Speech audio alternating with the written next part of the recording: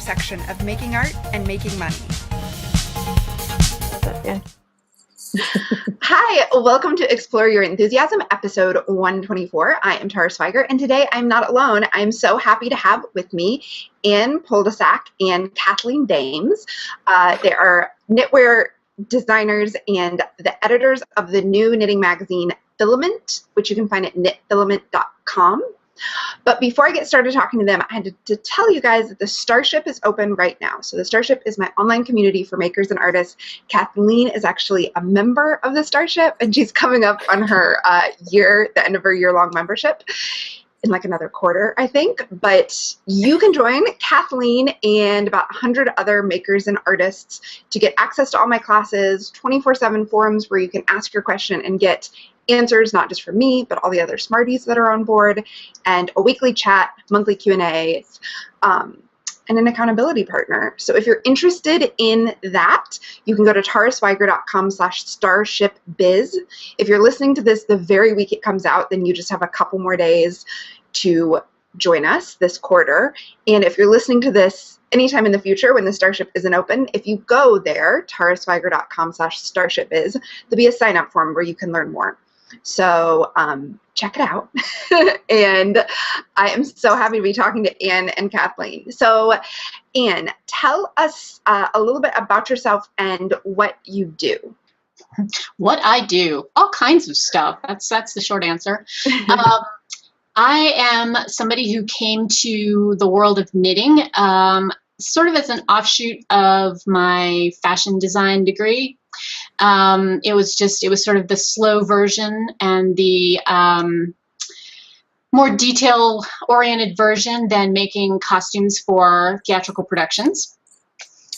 So I have a background both in that and history, and so I've been interested for a long time in a lot of sort of couture designs and lots of details and things that have, of sort of, this is my own individual garment. It speaks to me. It means something to me. So over the last several years, I've been designing knitwear as well as having a yarn business where I hand dye yarn, which is woolly Wonka fibers. I was so delighted when Interweave had come out with their sort of themed collections. They did the Jane Austen knits, which were super, super popular, the Harry Potter collection, things like that. And actually the Jane Austen knits is how Kathleen and I met in the world of virtual reality. We both have contributed to, I think, most of the issues. I don't think I contributed to issue 1, but other than that, we've had items in those issues, and it's been a really great partnership with Interweave. I've done some other designs for them at other magazines, not just the special collections, and they published my book last fall that's themed on the desert southwest, which is where I live. Excellent. What's the title of the book? It's Free Spirit Knits. Fabulous. Yes. So Kathleen, tell us about you and what you do.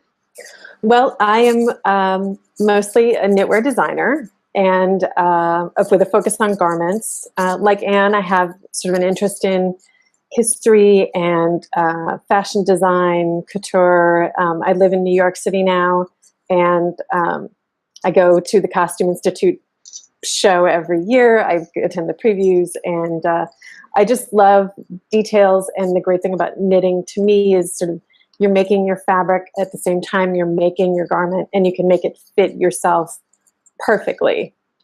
And so out of that and my focus on garment design, I started a podcast called The Sweater with Kathleen Dames. And you can see Lady Jane, who my podcast viewers know is my doppelganger mannequin, is wearing the sweater we'll be doing for the next season, which will start later in the fall.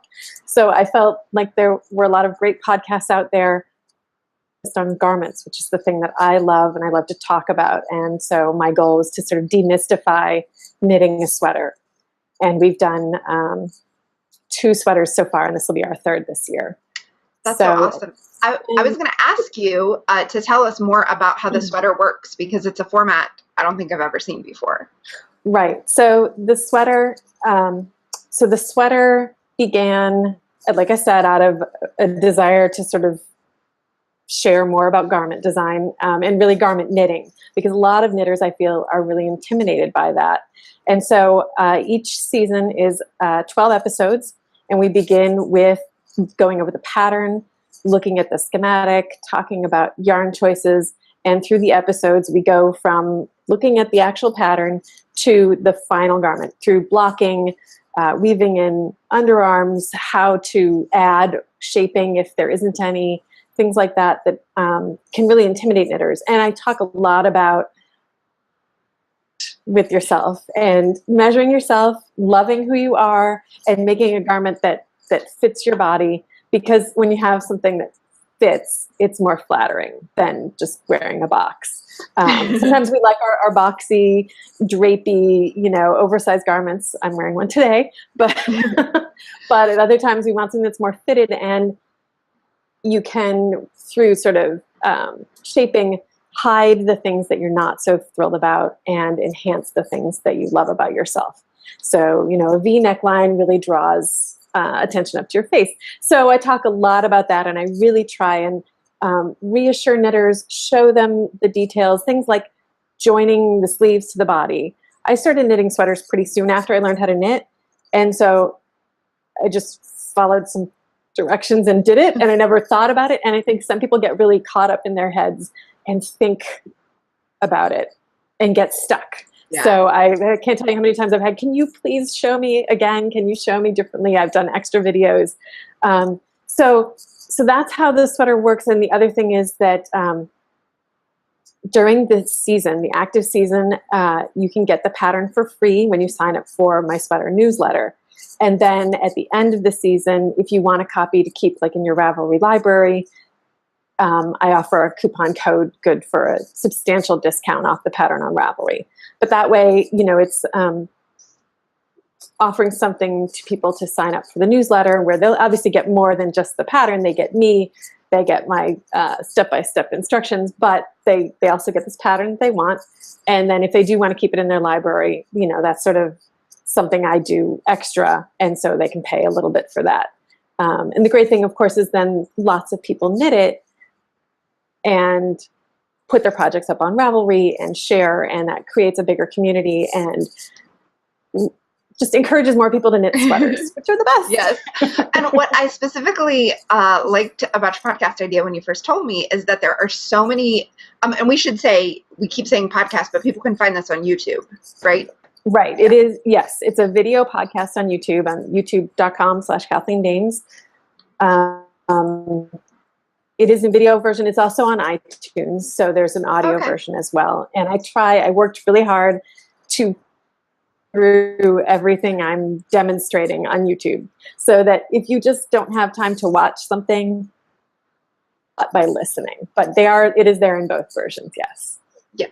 So what I liked about it is that so many video knitting podcasts are like people just talking about their projects and what they're working on, or what you find on YouTube is technical videos. So like if I want to look up, how to do a right-leaning decrease, I can find a video about that. But your idea builds from, you start with a project, a pattern, and then it builds like, you did this part of it, now you're going to do this part of it. And so you learn techniques, but within the pattern, which when I just taught the group of yarn shop owners, they said that's how most knitters want to learn. Like they can't just sell a technique class. Most knitters want to know, how do I do the cables in this particular pattern? And you learn the technique as you make the thing, which is like much more satisfying than just learning the technique, because you actually see how it all fits together. So, right, exactly. And thank you. It really does take you through step by step. And I really sort of thought about how to break down knitting a whole sweater the way that I usually knit sweaters, which is bottom up seamlessly, or if it's a sweater, if it's a cardigan, we will knit the sleeves flat to match the gauge of the body. And I talk about that too. We talk about gauge, and it's another point where you have to think about being honest with yourself. That you really measure your gauge, do it, don't, I like to skimp and get right to the knitting too, but having going through all those steps. The great thing too is, of course, you can go back and look at them again. But yes, I do. There are different techniques that go along with different episodes and different sweaters. And that's why this is the first sweater we're going to be doing with cables. And so I'll be talking a lot about the different stuff too. So there's lots of techniques, but they all build towards a finished object. Right. And it's the difference between information and education. And this is what is the difference between just Googling something online and actually learning it for yourself and knowing it, because information is out there. I deal with this with marketing all the time. There's tons of like listicles about 5 ways to improve your Instagram. But if you don't know what your business stands for, it doesn't matter if you improve your Instagram. It's the same thing with knitting. It's like if you know how to cable, but you don't know how to read a cable chart on this particular pattern, it's not that useful. So I love that. But let's talk about Knit Filament. So you guys are working together on this project, and I'd love to know, now Anne said a little bit about how you started, like you got to know each other, but Anne, how did you decide you wanted to work on a project together? Because that seems like a big commitment. Definitely, it is. And I think, I can't remember exactly how we phrased it, but Kathleen and I had a series of emails back and forth where we were throwing out some ideas to maybe do a collaboration for a very short period of time. That was our initial concept, was let's see how it goes. If we can get through some of the growing pain concepts without killing each other, then 2 thumbs up, it's good. So we had been talking back and forth about various designs that we liked. Oh, look at this. Oh, did you see that? Oh, I really like the detail on that. And one or both of us said, we should maybe do like a collaborative couple of designs. But then we got talking more about it, and Kathleen and I are very similar, which I think is why we work well together, where we both thought, a couple of designs isn't really going to tell the story we want to tell. So maybe we should each do like 3 or 4 designs. Oh, well, if we have that many, then that's kind of a collection. And if we love this collection that much, maybe we should think about doing this quarterly. So we kind of, through, I think, a heavy dose of Pinterest files, which we both utilize a lot, we set up a whole bunch of kind of secret behind-the-scenes boards, and then each spent, half an hour a day for a week dumping stuff into there saying, ooh, oh, look, oh.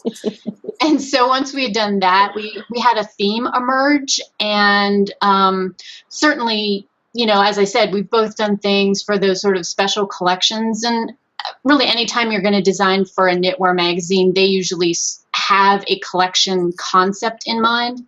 So as a result, we were both used to kind of operating under that umbrella to begin with. Instead of having a third party impose the concept, we agreed on it. And so having gotten started with that, there was a really firm storyline that emerged that we felt we wanted to tell, that was great for fall, that was a lot of tweedy things, that had a vintage feel to it.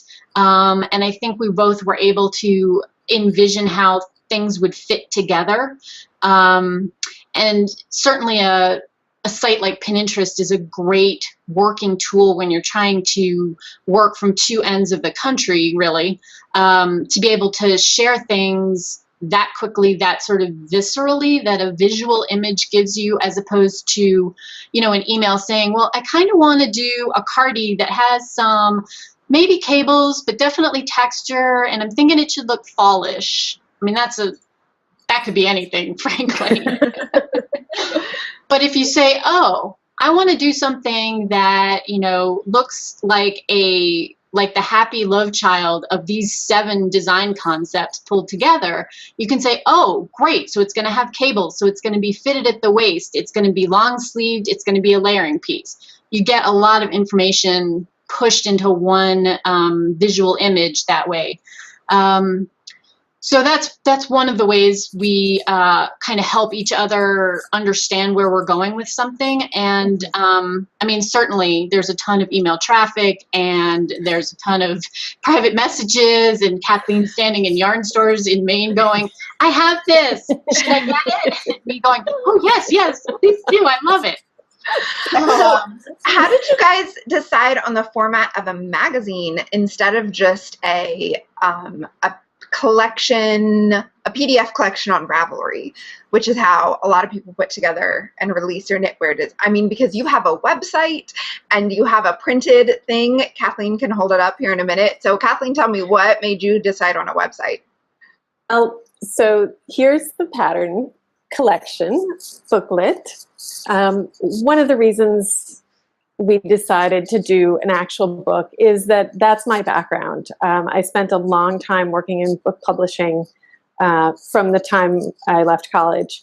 And so I have that experience. I was an art director, creative director. So I could do that component to really put it together and to have it be print ready, which isn't always the skill set of a of a knitwear designer. And Anne has excellent photography chops. She's also part of Stitch Definition, which does a lot of design and production for other knitwear designers. So between the two of us, we had skills to actually do printed finished objects. And I just love a thing.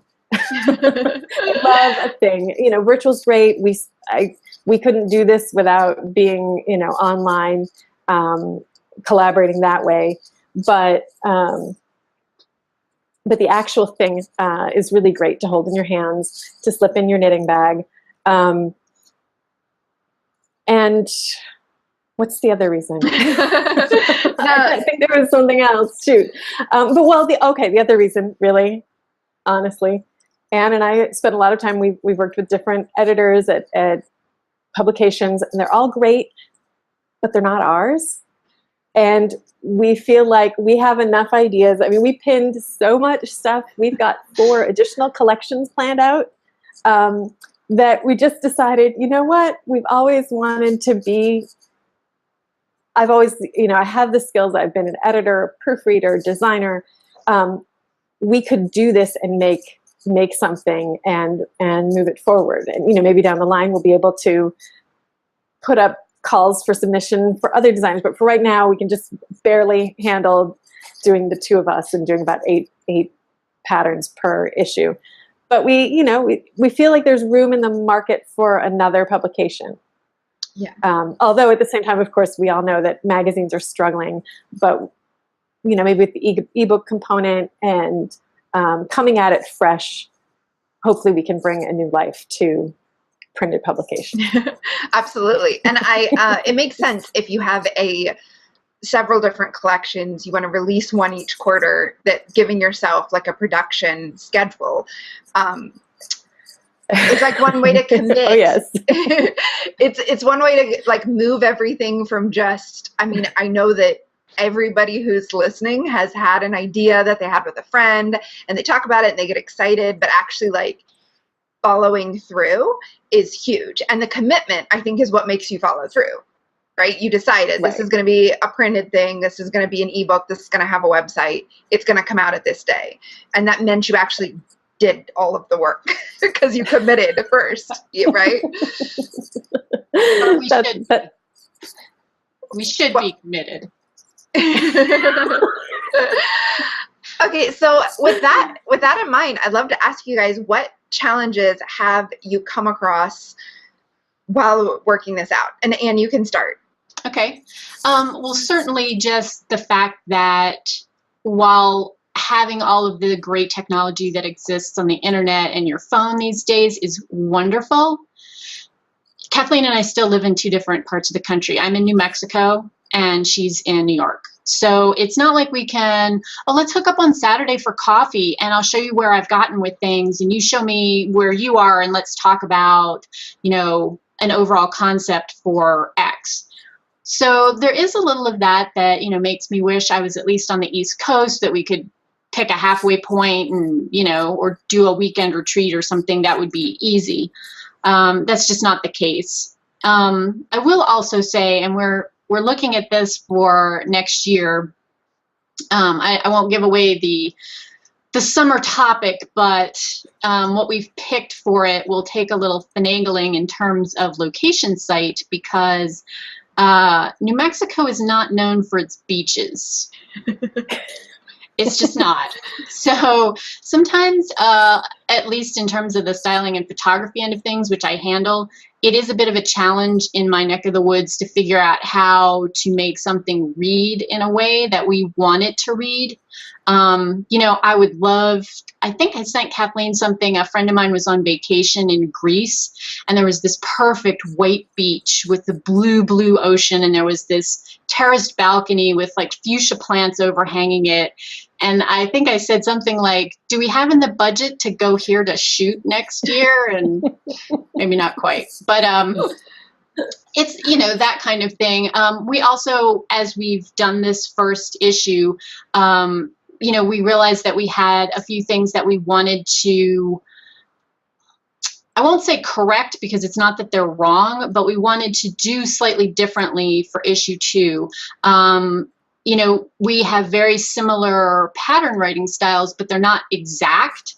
And so one of the things that we have on our to-do list is to refine down our style guides so that we know that, every single thing is presented in exactly the same form. So as you're going through the book, if you're trying to decide what pattern to knit, you don't look at instructions and think, oh, well, that kind of sounds a little different, or that's laid out a little differently.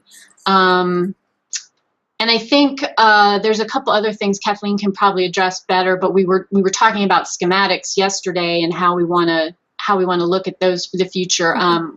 We had a friend of mine, her daughter is a fantastic artist, and Laurel did she actually did our logo. She did the Filament logo for us, and then she also did all of the hand drawings for the schematics that are in the book. But we're trying to decide, how cluttered or uncluttered we want to go. And that's something that Kathleen and her layout background, that's kind of her, her field to figure out how that's going to work going forward, if we want to change it. If so, how much, that kind of thing. Yeah. Kathleen? So I can show you here Laurel's adorable. Oh. And it came out of the fact that schematic drawing is not my thing. I'm a designer, I'm an art director, I can do the high level, I can do the applied stuff, but drawing little schematics is really hard for me. So when we had Laurel do our logo, after we fell in love with it, it was just exactly what we wanted, that sort of hand-drawn quality too, which I think is part of our aesthetic. We have that sort of romantic sensibility. Then I said, what if she did little sketches of our designs? And then we actually put that together. These will be going out with the print copies. That so is cute. The whole collection for the season. But we realized we could do those. We could use those for the schematics. And but then I didn't want to clutter them up with all the information, so we put the information over here. And we'll see, I think, a little bit too about feedback we get from customers as to how helpful those schematics are, because of course the schematics are really important to show the size of the finished garment, and so that you know what to expect as you're knitting the piece. Right. So that's something, but I do love a challenge in terms of, figuring out the layout and figuring out the best way to make it all fit together and look cohesive and approachable and helpful. Yeah. So what you guys mentioned Pinterest and emails. Did you use other tools to collaborate? Like, what are tools you'd recommend for collaboration? Well, I think, go ahead, Kathleen. Well, I was just going to say for the first issue, it really was mostly email and actually Google spreadsheets. A lot of spreadsheets. I love a spreadsheet. So we've got a few of those to keep things organized and on track. And we tried using a Google Calendar, a lot of email. but we have just decided going forward that we're going to try out Asana. And so far, I'm liking the way that works out. I love being able to put little things all together and tidy everything up. So that's really satisfying. But mostly they are both self-starters. And so if we know, if we plan out when we want the book to come out, then we work backwards to looking at the printer, what date it has to be there, then when do the photographs need to be taken and edited and the layout done, and then back from there where the samples need to happen. And of course then yarn and concept and sketch all the way back. So, and of course, actually at the very beginning, of course, it's pinning all these images and talking about sort of a high level, what we're sort of feeling for the season in hand. We also do a lot of collaboration on Instagram, sharing things, noting things that we've seen in other feeds. And again, those pictures that I've been taking when I'm in a yarn shop, going, what do you think of this? And sending that. So there's just a lot of using our phones and those kind of instant technologies. But then, of course, there is just the, my notebook with sketches and lists and, records of conversations. That's excellent. I think that's what a lot of people don't expect when they work with somebody else in a collaboration, whether it's like something ongoing, like what you guys are doing, or even hiring like a VA, or I'm putting together a webinar with somebody, and it's just a lot of back and forth to make sure you're on the same page. And especially if you want it to be truly collaborative and you don't want to just be like, I'm doing my own thing, forget you. But if you really want it, like what you guys are creating really needs to come together. There's a lot of steps. And I love that you mentioned the timeline thing, how you worked backwards, because I think a lot of people who want to do a big project just keep their eye on the big project, but like that's no way to actually get there. You have to break it down. Right. Yeah, and lists I think are essential. I think, both. I'll come back to it. Kathleen and I are a lot alike, and I think that's partially why we have been successful getting this out the door. We both make a ton of lists. We both do a lot of detail-oriented, have I checked off this box? Is this on my calendar? Have I thought ahead the 2 steps I need to plan for whatever this next deadline is? And I think that's a huge detail. I think all things being equal, if Kathleen and I just went to Rhinebeck together, we would have fun. We would be good friends. We would enjoy ourselves. It would be a great time. And I would say, oh gosh, yeah, I can do all kinds of things with her. But when it comes down to dealing with something that you have a deadline on, the other thing that you have to have with somebody that you're collaborating with is a sort of playing field of expectations where, I know Kathleen's going to have this graphic set stuff done to go to the printer because I've got a trunk show in my area. I'm not going to be calling her, the night before saying, did you upload that stuff? Where is it? I got to do the thing. And vice versa, that you're not having to prod somebody with a stick, or that, barring any of the crises that come up in everyday life, that you're going to get something accomplished as if it were a real job. And I say that sort of tongue in cheek, but one of the things I think that's very difficult for people in sort of the arts designing end of things is they get very caught up in the idea of the concept and all of the great things that you could do. You can design, and the colors and the, how things are going to look. But then you forget that the reality is the boring things like I have to unpack the dishwasher and what are my deadlines for the day. And I think if you don't have somebody who has the same expectations about that as you do, it can wind up being a really sticky wicket, because one of you then is always the one pushing about the deadlines and the other of you is kind of always the slacker feeling. Whereas if everybody's on page with the deadlines, or the thing, whatever the final end product is, then everybody can just get their work done. And it's a much more pleasant working experience to go down that path than to sort of be constantly push me, pull you. Absolutely. Right. And what I have found works with collaborations and also just in life is knowing, I read somewhere somebody called it like they're the manager in their marriage. They're the manager of certain areas. like, it's so perfect. It sounds like in your guys' collaboration, you clearly said Kathleen is going to take care of this and Anne is going to do the photos, and you both are going to do what projects you're going to do. And then of course you're on the same page about the deadline and how you're actually going to stick to the deadline. You're not going to stress each other out. But knowing, and that's what people forget, is like, okay, if we're going to collaborate on something, who's doing the graphics? Who's doing the images? Who is going to share it to their list? Who is going to like be in charge of putting together the promotion if there's a promotion, or are we going to do it together? Because when you don't talk about that, and I find that talking about that means you're sending each other huge, long emails. And I always get a little, at the beginning of something, I'm always like, so I'm sorry this email is going to be huge, but I want to make sure we're on the same page of all of these things.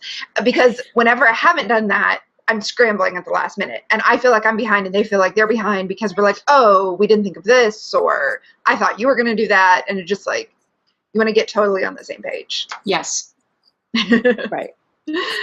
So in conclusion, I would love to know, first of all, I want to thank you for talking about your challenges, for telling us how this project came together. I hope it gives people good ideas about ways they can collaborate and also do something even bigger like than you think you could do on your own, totally do together. So thank you for that. And then I want to ask you, what are you each enthusiastic about right now? And Kathleen, you can start. Okay. Well, I'd say in general, I'm enthusiastic about the next 4 issues that we've planned, which is crazy.